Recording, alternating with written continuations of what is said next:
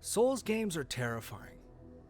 Now, I'm not talking creature design or setting, but there is an omnipresent sense of dread that looms over all of these games. In the last decade, we've seen the genre of horror in films change into something different.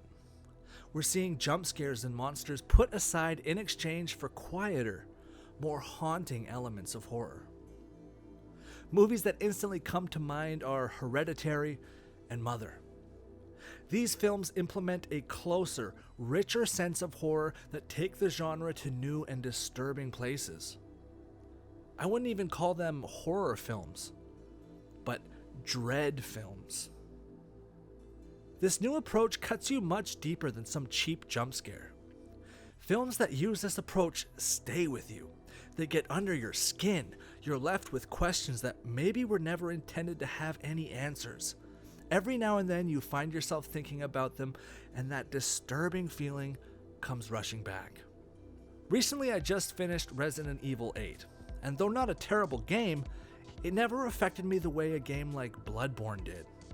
It felt like the game was going out of its way to try and scare me. You got your rat scurrying through the gap you're trying to crawl through beside you. You got your can rolling out from an empty room. You kill a guy, and when you return, he's gone. Ooh, scary. But after playing Sekiro, everything in Resident Evil 8 just felt disingenuous. I started calling out what the game was going to do to try and scare me. And again, that would happen.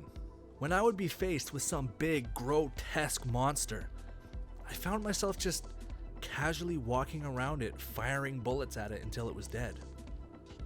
There was never any sense of, oh, I might actually die here. Where in Sekiro, or Bloodborne, or Dark Souls, you know you're gonna die. I don't think Sekiro ever intentionally tries to scare you, but I found myself haunted and disturbed and dreaded whenever a new enemy stood in my way. And I don't mean to say that I dreaded it in a bad way. Far from it. I looked forward to the next seemingly impossible foe. And I just never got that feeling in Resident Evil 8. I will say that the final boss actually proved a bit of a challenge. She had different stages and elements you had to familiarize yourself with in order to succeed. But just about everything else in this game, you could practically just stand in place and shoot it until it was dead. Where's the terror in that?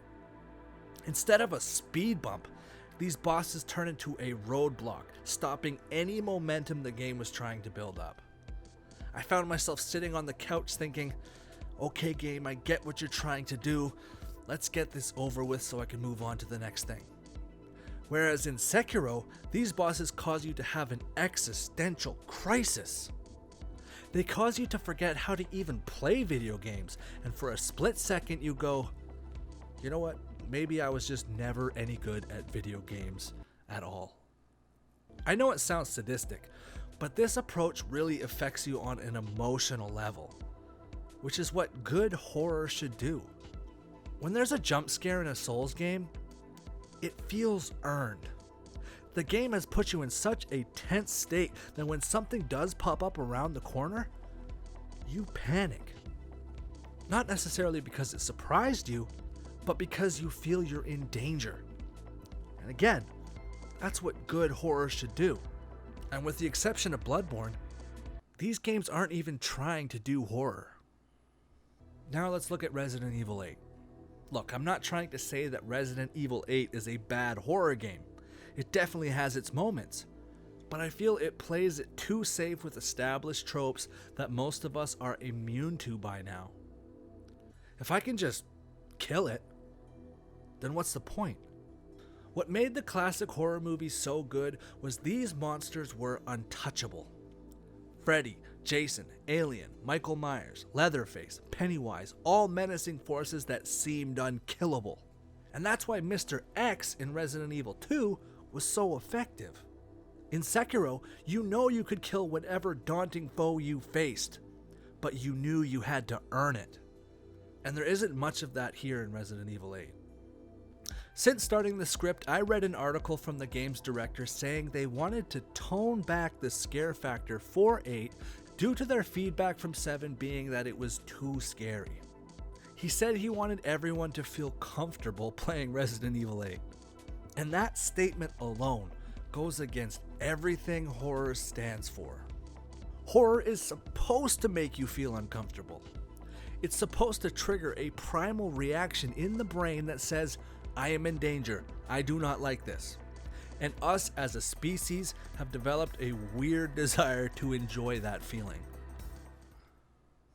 Horror is so special because it affects us unlike any other genre. It puts its claws in you and it doesn't let go. In recent memory, I would say the most powerful examples of good horror in games is Outlast, PT, and Resident Evil 7. These games went there, and if you know, then you know. Resident Evil 8 had one moment where it licked greatness, but by the time it really sunk in, it was already over. I'm optimistic that with the feedback from 8 and with what they did regarding Resident Evil 7's post-launch content, that the DLC for this game will deliver on some good scares. But what approach Resident Evil 9 will take kind of has me worried. It's clear Capcom want to steer Resident Evil back into Actionville. I mean, it pretty much turned into Call of Duty at the end. And that chainsaw, minigun, tank boss fight was ridiculous. I want more of this and less of this. But really, only time will tell.